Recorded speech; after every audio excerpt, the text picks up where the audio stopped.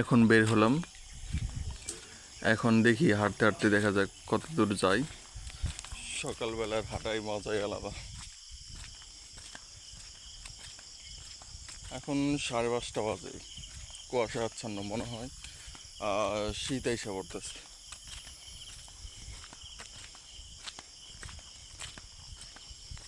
মানে শীত শীত একটা ভাব সকালবেলা।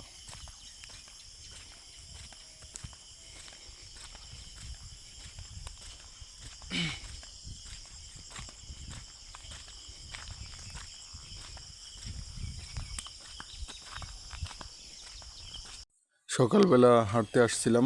এখন আমরা গ্রামের যে বাজার, কালিদাস বাজার, সেইখান থেকে রওনা দিয়েছি বাড়ির উদ্দেশ্যে। তাহলে চলুন আমাদের সাথে। বাড়ি যাইতে যাইতে দেখি কি কি দেখতে পারি আমরা, বা আমাদের রাস্তায় কি কি দেখা যায়।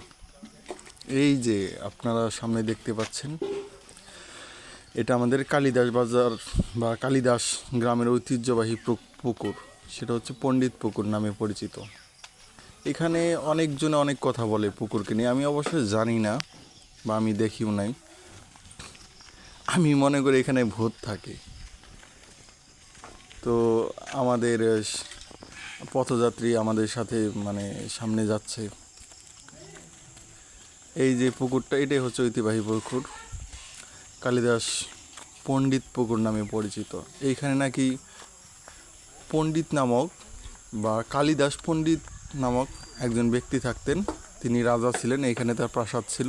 সে এইখানে তার প্রাসাদ সমেত ডুবে যায়।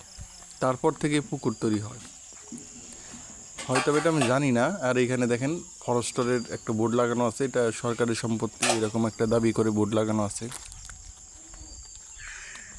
এই পণ্ডিত পুকুরকে ঘিরে আমাদের এইখানে চৈত্র সংক্রান্তি হয়, চৈত্র মাসের একদম শেষ দিন। এইখানে চড়ক গাছ নামক 4টা গাছ ঘোরানো হয়, যা বাংলাদেশের ইতিহাসে এই প্রথম। মানে আর কোথাও ঘোরানো হয় না, শুধু এইখানেই। ওই পাশে যেটা আপনি দেখতে পাচ্ছেন, জুম করে দেখালাম, এই পাশে। এবং এই যে গাছের গোড় দিয়ে অনেকগুলা গাছ, মানে দোকানপাট ওঠে। এই দিক দিয়ে মানুষ যাতায়াত করে। ওই দিকে অবশ্যই কিছু জায়গা আছে, সেখানে গাছ টাছ ঘোরানো হয়। আর এই পাশেও গাছ টাছ ঘোরানো হয়, 2টা একসাথে। আমরা এখন বাড়ির উদ্দেশ্যে রওনা দিলাম।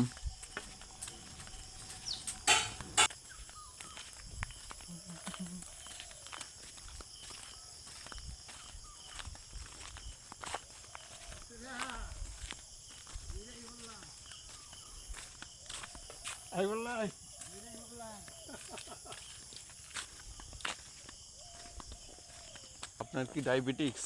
হ্যাঁ, ও, ডায়াবেটিস। এই জন্য তাকি ডায়াবেটিস, ডায়াবেটিসের মানে কি? এখন যার যার মতো সবাই বাড়ি চলে যাচ্ছে আজকে দিনের জন্য। এখনই আমাদের কার্যক্রম শেষ, মানে আর কি হাঁটা চলা করা শেষ। আমরা সকালবেলা একটু হাঁটি, আবার কালকে এইভাবে আমরা হাঁটবো। তো সবাই ভালো থাকবেন, সুস্থ থাকবেন। আবার দেখা হবে নেক্সট ব্লগ।